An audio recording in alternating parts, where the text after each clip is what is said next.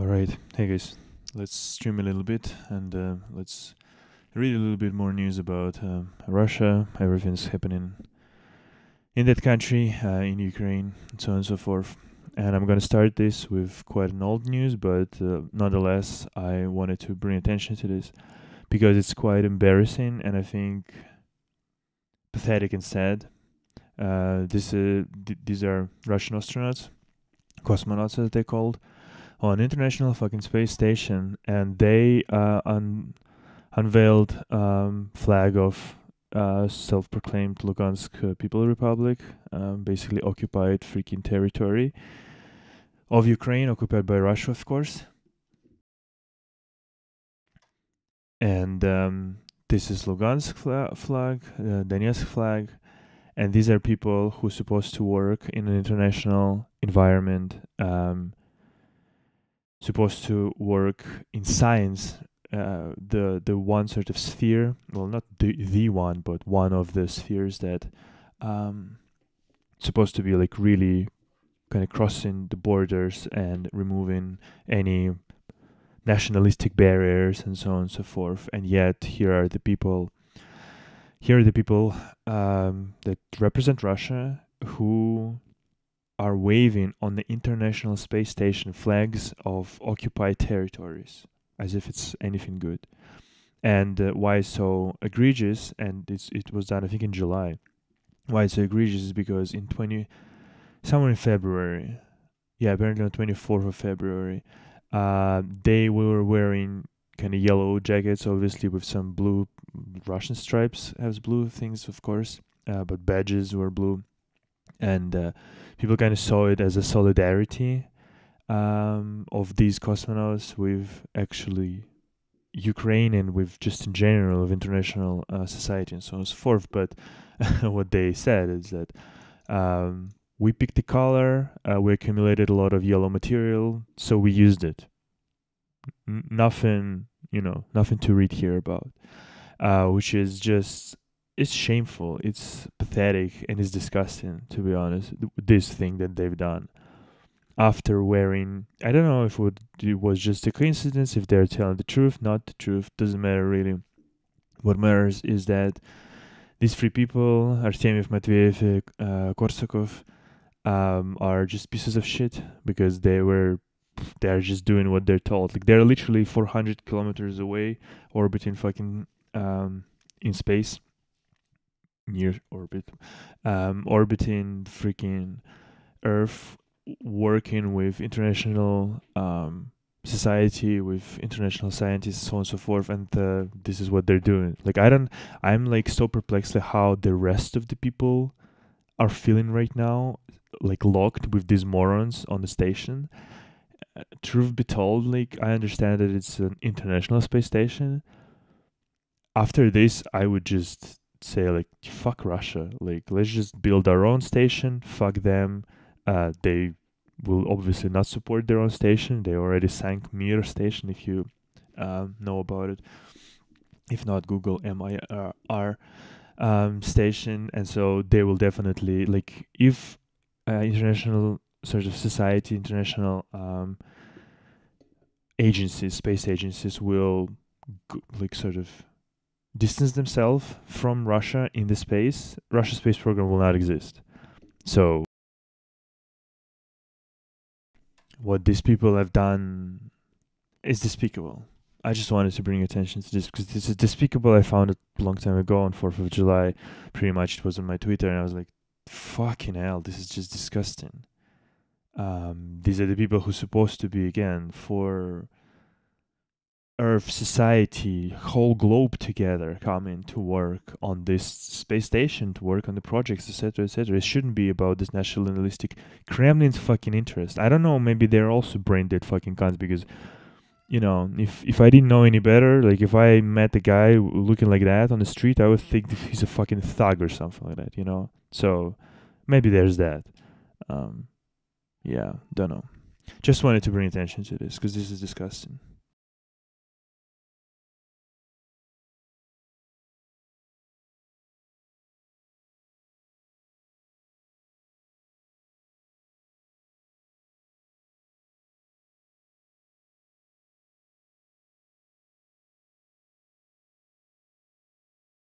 So let's jump to other news. And in Yakutia, in the city Verkhoyansk, there's been a bit of a problem. There's been a bit of a problem because the dam in the city Verkhoyansk actually um, the dam basically crashed, destroyed itself. I don't know how to put it better way. But basically, yeah, 2 days ago, the dam has fallen and it flooded the city. And just so we know, like Yakutia and the city of Verkhoyansk, where they are, because it's like a quite far, but nonetheless, and why it matters, I tell you in 1 second. This is the city of Verkhoyansk, and obviously it's like a far east, as it's called in Russia. And basically, far east, it's either like flooding or like massive wildfires, and nobody does anything for that region, even though this region is pretty rich in oil and in gas and so on and so forth. But what they're doing is just feeding all this money to the fucking Moscow, and the Moscow then attacks Ukraine. Kremlin attacks Ukraine, right?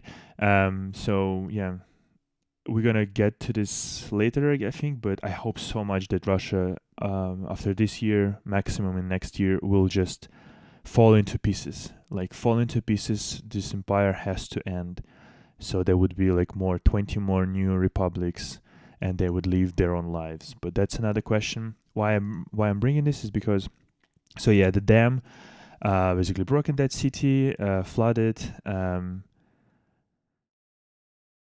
Flooded basically everything, and why it matters is because the city of Verkhoyansk basically took a kind of a overseeing position over city Kirovskaya in this Donetsk People's Republic. So why it matters, once again, people cannot fix their own fucking backyard, problems in their own fucking backyard, and they are taking sort of overseeing roles over occupied territories. So yeah, just a little bit of a trivia I thought might be interesting. This is Medvedev.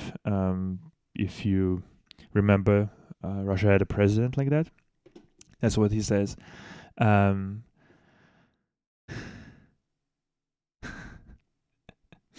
This is just insanity, but this is a pretty accurate translation.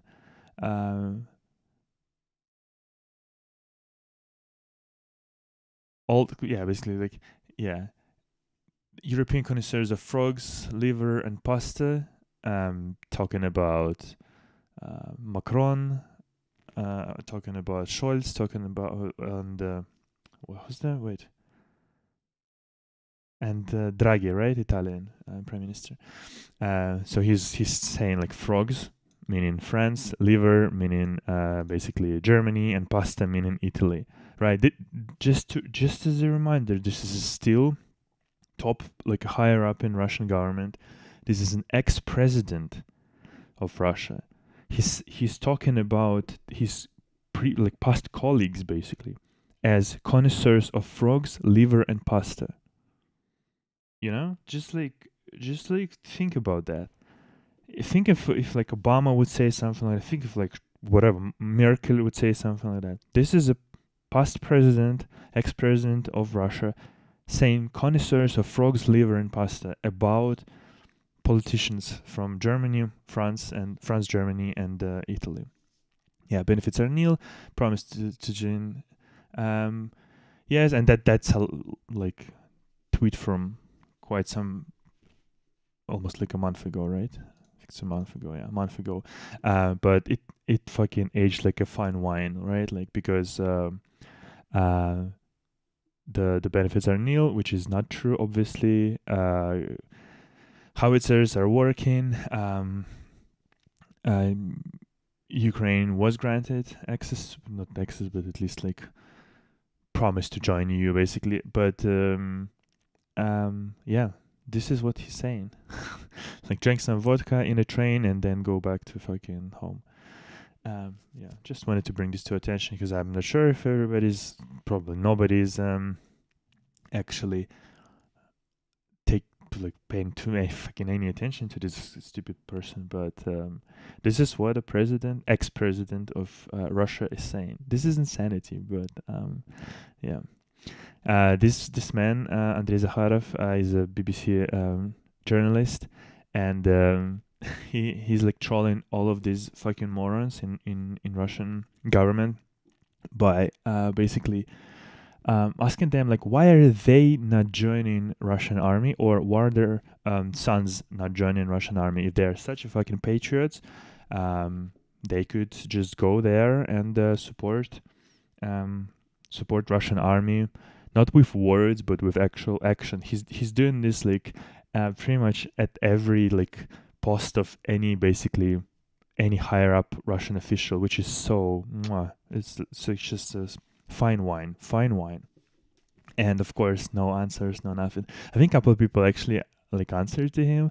I watched an interview with this Andrei Zakharov. It's sadly in Russian, so I'm not sure if you would be able to watch it, but yeah, well, when he was explaining how he's calling like all these like parliamentarians, all of like especially those who are like heavily sort of for this war, like supporting this war and so on and so forth, and he's like trolling them till the end of time, which is I think it's good. I think it's good that he's poking fun at them and like making sure that people understand and see hypocrisy of these people, because they're saying all this garbage, but they're not going on the front line. Sorry, they're not going on the front line. They're not really like risking their own lives. They're not risking lives of their family. No. All they do is steal money from Russia, in Russia, like live fucking wealthy line, opulent life, and yeah, the rest of you should go fucking kill yourself basically in Ukraine. Wow, amazing. So much bravery. Okay, so that was ex-president of Russia, Medvedev. And that was his tweets about, yeah, whatever. Cunt, absolute cunt, but whatever. I wanted to show you this guy, Kurenkov Alexander, because this is right now basically the head of what's in Russia called MCS, Ministry of Ministry of Emergency Situations. Yeah. Why it matters and why it's interesting is because Putin is doing everything right now. Putin is so afraid right now of any sort of coup inside of his own sort of surrounding, that he's literally putting on that he literally puts people from his securities, from his own secret service, from his security, the closest people to him. So the people just understand, right? Like his security, it's not like some high level thinkers or anything like that.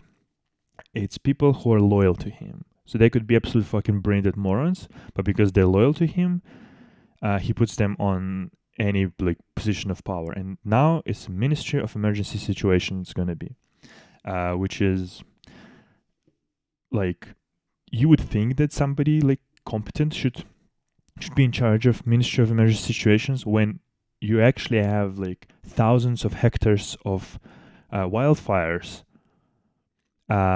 Your Ministry of Emergency Situations is an absolute shitter, because previously you had this kind of a cunt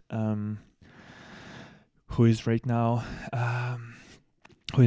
obviously where is he? Yeah, Shoigu. He was the head of MCS for quite a long time, and now he's a fucking general, whatever the fuck he's doing in like in Ukraine, basically overseeing the operation in Ukraine, Ministry of Defense. So just an interesting sort of progression. You become security for Putin, you work there for 10, 15 years, and then you're suddenly Minister of Emergency Situations. Amazing, right? How it works. But yeah, just wanted to bring this to attention once again, because it's I think it's interesting how the insights of paranoid dictator, authoritarian works. He's like literally putting just a guy who was working as a teacher of PE, physical education, in school. And now he's a minister of a fucking emergency situations. This is fun. Okay. Next one, I wanted to talk a little bit, just quickly, about absolute dog shit situation that Russia has and will have forever now, with processors, with technology to actually produce processors on their own, right? I know that I don't know if a lot of people actually know about that, but there are just like few basically companies in the world who can actually produce processors, who can actually produce processors in terms of like physical, not just design them, but like physically create them. Just a few companies in the world, and right now the nodes that they're working on, like the technology process, is basically like 5 nanometers, maybe 7 nanometers, maybe 10 nanometers. If we're talking about like top of the line, very new sort of consumer electronics and so on and so forth, right? In some applications where like heat dissipation and power consumption is not so important, like for example, like in the car or in some bigger vehicles, bigger electronics, obviously it could be like 28 nanometers, could be even 65 nanometers, doesn't really matter in those applications. However, like in the consumer electronics, in like server electronics also, for where obviously any gains in either power efficiency or power consumption, or in general, like if you stay at the same sort of level but you improved your node, going from like let's say like 10 to 5 nanometers, you can basically like double the transistor counts, and so obviously increase the performance by a big margin. Why I'm telling you all of this is because once again, Russia does not produce any of them, besides very like little quantity for I don't even know what actually, for maybe like defense. Yeah, maybe probably like for army, for defensive systems, maybe something. However, this is Haber is like a YC combinator basically of Russia, like a technical Reddit basically for Russia, and this is the 2012, so it's 10 years ago, article about the fact that they were talking about how it's done, how the scanners are produced, how the lithography works, about this company called ASML who produces this extremely complex machines that actually create the wafers and so on and so forth. However, so 10 years ago, Russia was talking about that it would be that they right now have about 90 nanometer processor. 10 years ago, when 10 years ago we were already like in the consumer electronics, we've had I think 28 for sure, 22 was it on Intel, and yeah, so 10 years ago it was 90 nanometers, very low quality, very low quantities of processors. Once again, nothing for industry, nothing for consumers, just again some very niche sort of applications. So that was 2012. This is 2022, and the titles are like Russia is starting to produce to like 28 nanometers chips, but Russia started development of 28 nanometer chips, which is just obviously a big pile of nothing. They're like talking about, once again, they're planning to create 28 nanometers, and this is the government, like the authorities are planning for 28 nanometers in 2030. Let's just imagine in 8 years, 28 nanometers, the technology that we had back in 2012. So by 2030, it's going to be basically 30 years of 20 years, sorry, 20 years of a gap between whatever the world is doing and whatever Russia is planning to do, because I can tell you 100% that they're not gonna have 28 nanometer technology by 2030, because this is the 30s who are planning this. So, yeah, 10 years ago, they had 90 nanometers, and they put a lot of money into this, and and a year ago, Ministry of what's the Ministry of Industry and Trade, year ago, so in 2021, Ministry of Trade said that they will be financing creating Russian basically equipment for making chips 130 till 65 nanometers. So 10 years ago, they said that they had already 90 nanometers. 9 years later, they're saying that they're going to finance it. So they don't have even 90 nanometers right now. Well, it says 130 to 65. So, okay, maybe they have 90 nanometers. They don't have 65 nanometers, which is, again, all technology by 2022 standards. And 28 they want to have in 2030. Good luck with that. I'm saying all of this because obviously right now Russia is basically banned from buying any new electronics, because obviously electronics could be used as a sort of as a weapon, like in a defensive or in this case offensive industries, and so I'm pretty sure nobody will actually like sell Russia anything anymore. No servers, no nothing. I'm pretty sure I've read the Cisco's leaving the Russian market, as well as Siemens, Ericsson, and so on and so forth. So once again, just to reiterate, 10 years ago they were saying they have 90 nanometers chips. They don't really. And a year ago they said they're going to finance 130 till 65, which is basically 90 nanometers, let's be honest. So they don't even have that. And in 8 years they they want to have 28 while they still don't have even 90 or 65.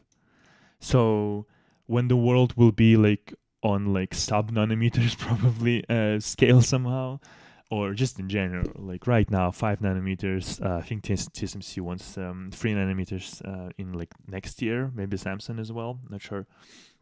And Russia doesn't have technology even like 20 times as dense or more.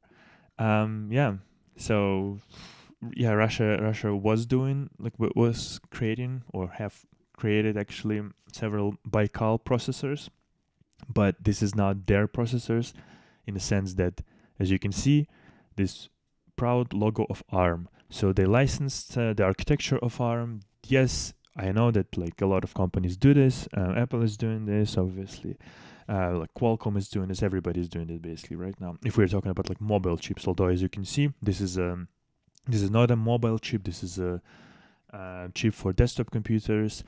It wouldn't be like anything bad if that would be if they would be creating these kind of chips in the for like, let's say, their own, I don't know, like governmental sorts of offices, or even for like probably like whatever for the government, if they would be making their own processors, buying them, okay, they probably would waste a lot of money instead of just buying like a low cost, whatever, like AMD or Intel processor, whatever. They've tried to do this, right? But the problem is that it's ARM, and ARM will not obviously license the processors anymore to them. Or these processors by Baikal were created on the fabrics of TSMC, on the factories of TSMC in Taiwan, and obviously TSMC is not doing anything for them anymore. So even that processor is a no-go. So yeah. And this the Baikal processor was on 28 nanometer node. So oops. And by the way, even if Russia like wanted to produce like 90 nanometer Baikal chips, still can't do it, because there is no equipment. So, oops. Once again, oops. So there's that. I wanted to talk a little bit about the processor situation in Russia, because obviously the whole world just trades with itself and everything is fine, but because Russia is and Kremlin and Putin, if we're being like really specific, are absolutely brain-dead morons, and not even morons, are fucking war criminals. And they think that because they live in absolute like disconnect from Russia and from everything in the reality, they think that the rest of the world lives like that, which is not true.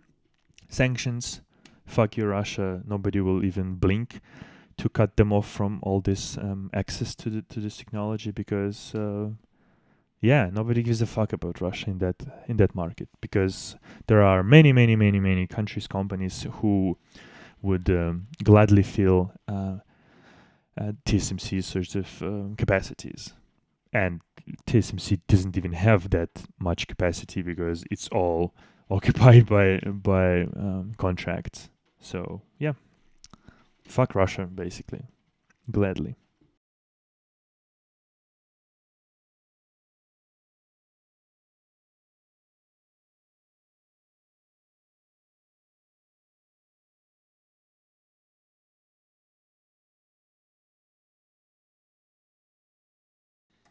Now then, there's a big problem, obviously. I don't know if you've heard of it. The grains from Ukraine cannot be exported because Russia is blocking Black Sea. And right now, Ukraine has found a way to, at least to a certain degree. If I can open a map.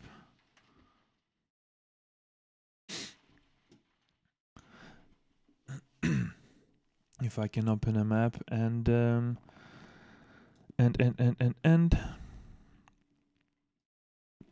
yeah, basically because Russia was controlling anyway the this Zmini Island. Ukraine couldn't do anything really to pass through the Black Sea, but right now they kind of can, because they deoccupied that island, and there were a lot of sort of traffic, marine traffic in this port of Sulina, and they're selling some grains through the Danube River, which is not ideal, obviously, because it's a river. It's way slower, obviously, than just going through the sea and to the Bosphorus Strait and through Turkey and so on and so forth. So I just wanted to acknowledge that, this is like, just wanted to show you that right now Ukraine is doing at least this. Like here were a lot of marine traffic. Actually, marinetraffic.com. I think it's .com. There were a lot of this. You can see actual ships on the, how's it called, on the on anchor. But apparently in Turkey right now, there's some negotiations in Istanbul, and apparently, I mean, I can't read Turkish, so, or was it in English? Was it in English? Oh yeah, okay, it was in English. That there's been some progress. There was some progress about escorting Ukrainian ships and letting them pass through the Black Sea without being interrupted, without being obviously fired at, and so on and so forth. So hopefully, and it is, I mean, the fact that, I mean, Russia, I guess, would have to be there, but yeah, Russia, Ukraine, United Nations, and Turkey basically are there. But the problem is that this is the spokes cunt Zakharova told this, and so this should be taken with a grain of salt. How wow, much fun, because it said by Russia and not by Ukraine. I mean, this is Ukrainian informational info agency, but once again, it was stated by Zakharova. So we'll see how it goes, because apparently on the next week they're gonna meet kind of again and see what's the like final deal, basically.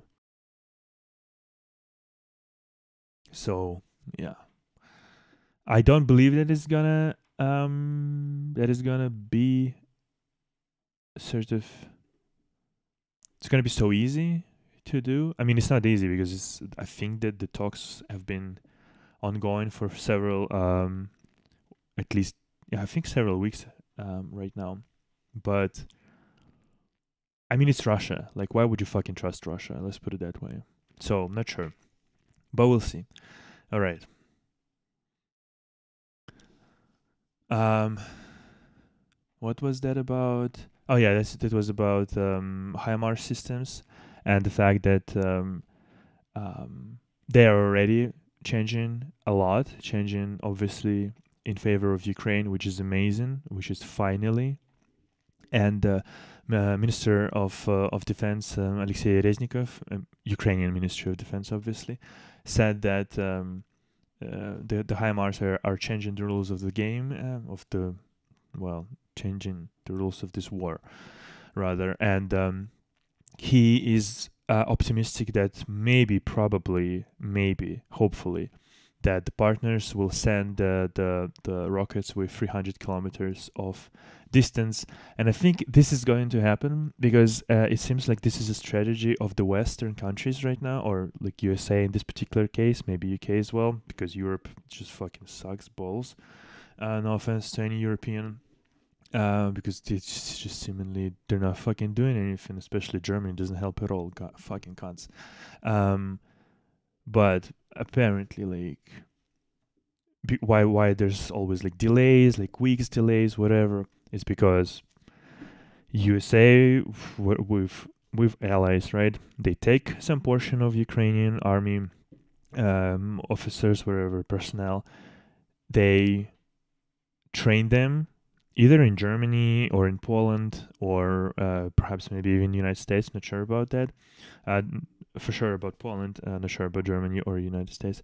And they train them how to operate all these HIMARS, and previously it was also howitzers.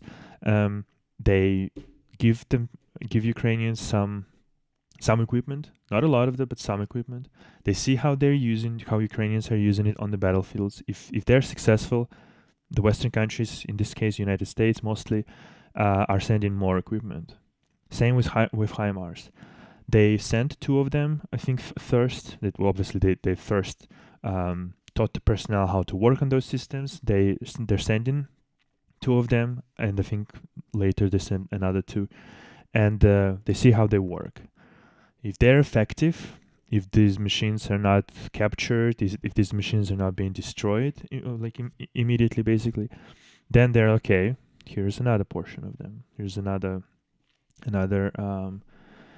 dose, basically. And hopefully, right now, once USA has seen how Ukrainians are operating with HIMARS and how much effect it actually how much it affects the war. Hopefully, they will give them 300 kilometers, 300-kilometer range missiles, because that will change a lot. That will really change a lot. And hopefully Ukraine will get anti-missile defensive systems as well, so they could actually capture all those rockets that submarines from Black Sea or near Sevastopol, or it's basically like submarines right now who were striking what did Vinnytsia right now. Yeah. um it's just it's kind of sad that the West still doesn't trust Ukraine and doesn't like think that they might do it in the correct way, do it in an efficient way without losing much of equipment and so on and so forth. It's just because the more the West sort of fucking, just fucking around, basically, the more civilians are dying in Ukraine.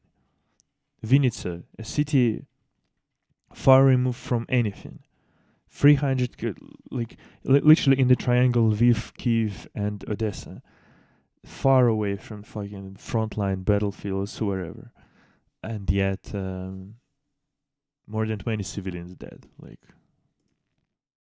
what the fuck? All right. This is just some garbage about this presumable hypersonic avant-garde uh, glide vehicle, whatever, and the fact that they're stating that this is this shit has 20 to 27 Mach speeds, which is what, like 25,000 kilometers or something like that. Which is, I was just laughing my ass off, which is because it's bullshit. If they had any weapons like that, like, oh my god, don't fucking, because there is this tank called Armata. Also, this Armata tank. This, oh, super amazing fucking tank, fucking great shit. Maybe they've created like one or two of them, and they've been parading them basically on like whatever 9th of May, shit like that. But there were no Armata tanks in the battlefields at all. Nobody had seen them, and had been inspected in serial production in 2022, which is just garbage. It's just basically like the whole Russia is just facade. Potemkinskaya деревня, literally Potemkin village. If you know about that, if you don't know about that, I highly suggest you to read about it. But this is whole Russia, just a facade, of strength, of bravery, of whatever the fuck, of superiority in economy or whatever. But it's all literally a fucking carton boxes and nothing behind that.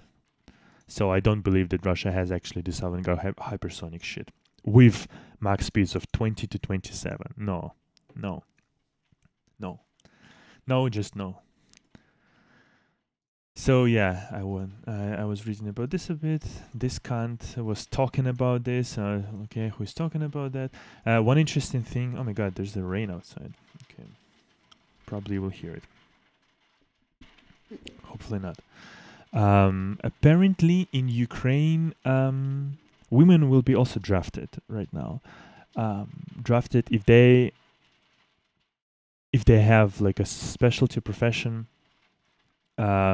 listed here. Obviously, yeah, like a telecommunication, radio techniques, chemistry, engineering of IT, like a computer sciences, system analysis, meteorology, also geography, physics, astronomy, any technology about food, about manufacturing, producing food, supplying of army, technology of like basically what is it, like textile industries, anything with the health, obviously, because obviously you need to treat people. And also which is interesting is like a marketing management, economy, finances, and then even polygraphy and even psychology. Like these three I don't understand. Like these are supposed to be like, if people with these specialties, with these professions, they could be drafted. But I don't understand, like, why do I need like polygraphy? Why do I need like why do I need publishing? Yeah, why do I need basically like accounting and banking and insurances? Like, I don't get this. This is weird. But yeah, it's interesting that that they're doing this, because I'm pretty sure I've heard many times that there's still a lot of men in Ukraine who want to serve. Like they're literally like not drafting all of the people who want to serve. So I'm not particularly sure why this right now, why women also kind of can be drafted. I don't get it really. But whatever. That's Ukrainian thing. I don't really get it because again, like if a man goes to war, if a woman goes to war, like for example, who the fuck is gonna watch the kids? Like I don't get it. I really don't get it. But that's Ukrainian thing, I guess. Um, what I wanted to show you, very disgusting, very very disgusting, is that this is RIA Novosti. This is basically like one of the 2 or 3 main Russian websites, Kremlin websites with news. This is how they're talking about the Vinnytsia, how they're talking about striking civilians in Vinnytsia. Calibers destroyed in Vinnytsia.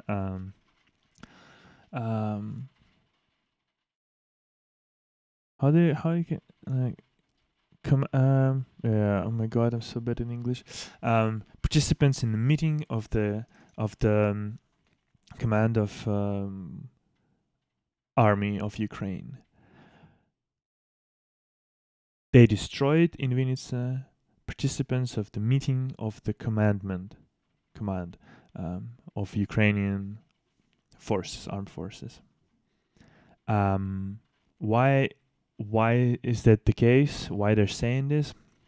Because they and this is, I mean, yeah, okay, maybe it was more or less highly sort of precise rockets. They strike the House of Officers. Okay, House of Officers. In case you have never heard of House of Officers, this is how it works in basically post-USSR countries. There are a lot of this House of Officers in Russian, Dom Officerov. This is not how it sounds. It's not the house where officers actually reside. And any cunt that launched missiles on the fucking on Vinnytsia knows that, because any more or less big Russian city, or even a smaller city, has those houses of officers. These are for concerts, these are for museums, these are for like cultural activity, so on and so forth. These are not houses where actual officers are located, where personnel, like army personnel, is located. This is like literally house of officers in Minsk, near the center of Minsk, and there are no officers there. Like in this place, there was an internet cafe, like a bar. I was literally like studying in Minsk, like fucking 200 meters away from here, and another 200 meters away is like a giant palace, another concert hall. There are discotheques there, I think, but at least definitely museums, internet cafe, things like that. 100%, it's not actually like a Ministry of Defense sort of building. And any cunt in Russia knows that. Because once again, this thing called Dom Officerov, there are a lot of them. They are all over the place, or all over Russia. It's just a place of culture. It's literally fucking says on a Wikipedia. Yeah, and there are a lot of them even in Russia. Obviously, a lot of them in other countries as well.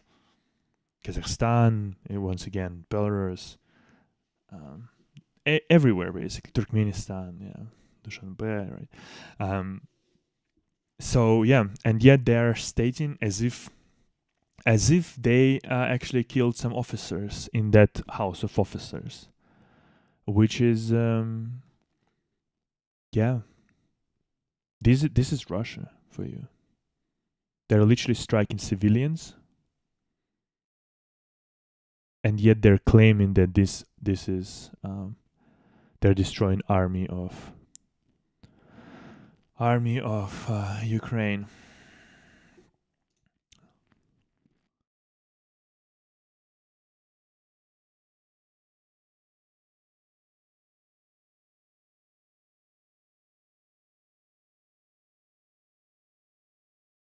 Center of the city.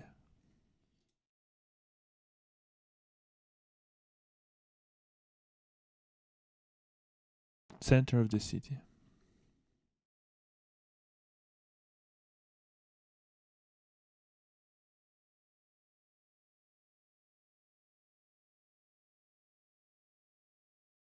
And obviously, I guess people have seen this tragic and at the same time disgusting picture of a dead girl and her mom right now. I think without a leg and in the hospital. I don't know her situation, how conscious she is or not. And these cunts have audacity to continue repeatedly call this as a win for Russia somehow, and so on and so forth. The same because they were bombing Kharkiv before, and they're stating that they destroyed up to 100, up to 200 Ukrainian nationalists, which is just saying that they killed 200 Ukrainian people, and you can see this, right? Wait, why didn't you open me? Why didn't you open the fucking? Oh my god, did I?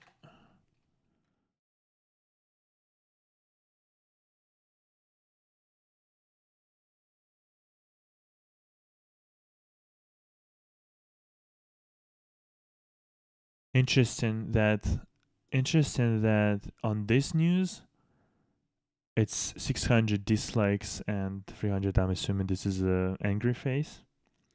While on this one, it's almost the reverse. I don't understand this whatsoever. I don't understand this whatsoever.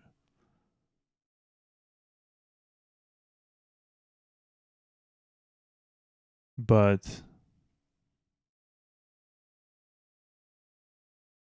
yeah, after one day after the strike, finally they've created somehow some version, and even that is kind of shitty one. And that one is probably one of the most upvoted comment, I guess. Probably. But then again, basically like fuck them.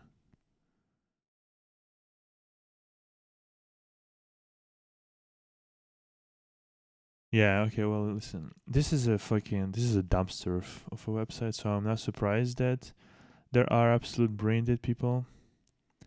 But yeah, whatever.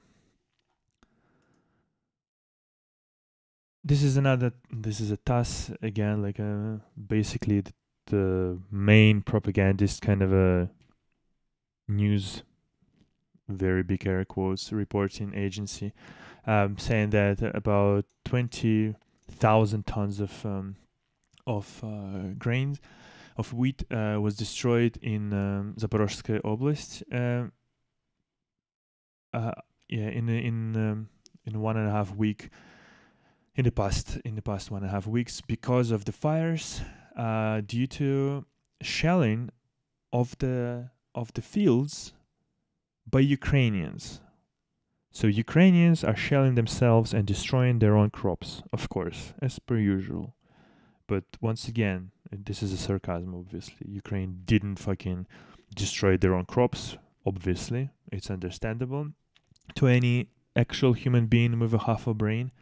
But yeah, this is a TASS. This shit has existed since USSR, basically. And this is the main agency. This and RIA Novosti, these are two main agencies in Russia, basically, that report news, big air quotes news.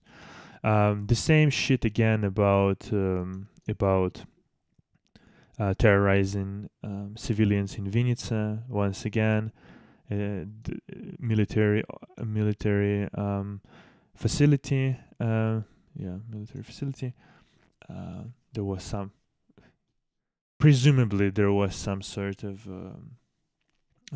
talks of the command of Air Force of Ukraine, blah blah blah. I just hope this cunt dies quite soon. It would be so good. Yeah. Okay, this was very sad kind of a part of the stream. Yeah, because it is very sad. The last thing I wanted to basically to talk about is this is the who's Manturov? He's a minister of industry and trade. Manturov said that sales of cars in Russia will drop 50% at the end of 2022. Just so we know, sales of Russian cars already has fallen by 90%. So either he's expecting Russian people to start buying twice as many car in the next half a year, or he's completely out of fucking touch and just spreading lies, um, which which is probably likely what he's doing. But um, yeah, real estate and cars sales of both have fallen by 90% already, and I think this news was in June. So lies, more lies, official lies by Russia. Just wanted to bring this more news how Russia operates and what they're actually talking about and what kind of shit they're spreading. At least like for their own kind of internal consumption, if you could say so. I haven't seen anything like more interesting here. Yeah, whatever. So yeah, so I guess we're gonna end it here.